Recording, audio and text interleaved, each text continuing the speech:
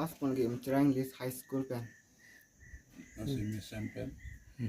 Percentage bang 88.3 cepelong lah. Pen ke possible literacy. Total marks kan no? Total marks 533. Percentage. Percentage 88.83 percentage. Nang dia kemang ke? Kemang ke doktor si charge. Nang linon ko anarta lo? 17 tadi. Tim kar biang long biang rap pamson te bi parji athe khai phan kar bi khai phan te me bo ki bang jilang te me li nong me wan pi panji Sapi amat kesu stroke. on ke high pressure pen yok nok te dam te la ipo anchala ni poncho ke pachalin e si hatung hasi tim kar biang long pas tim rile Tum korte la pen injir bang ko ando. tum korte bang thong la pen jer bang ni ja Nang le ko number bang lo? ni ke supin so pen kleng si Akling sila di.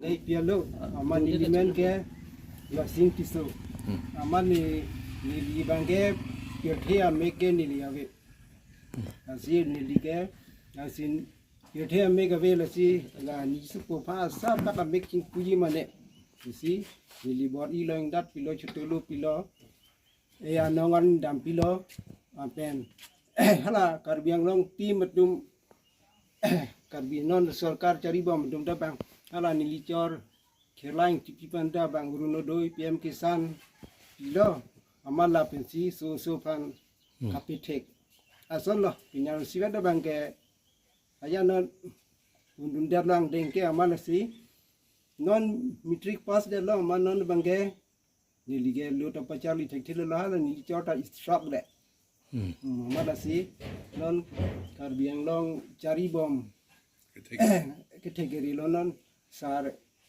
singrong param pen sar tuli ram hang panda tuning ri padi krim lo la sila so pan nani mi muchot school son nang yok pi chok te pen aki joy pen yok pi chok pen muni dang piman pite pusini la karbiang long non cari bom kategori atumanda tuning ri lo Pini laga umcara hawarlong umcara English high school along e media tumsta mena kumri theka por nili hinpen akero pilo lapen nile tuma school pinning 2025 aningkan result SSLC result along bangke total appear 49 student lapen male bangke 27 student female bangke 22 student laso along mone total pass bangke 35 lapen male bangke 20 lapen female bang 15 Nasolong itu ko be bangke overall bangke 71.43%.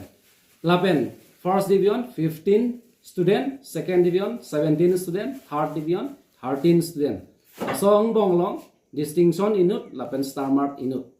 Nasi lapen letter bangke letter mark ke ban bangke 22 subject.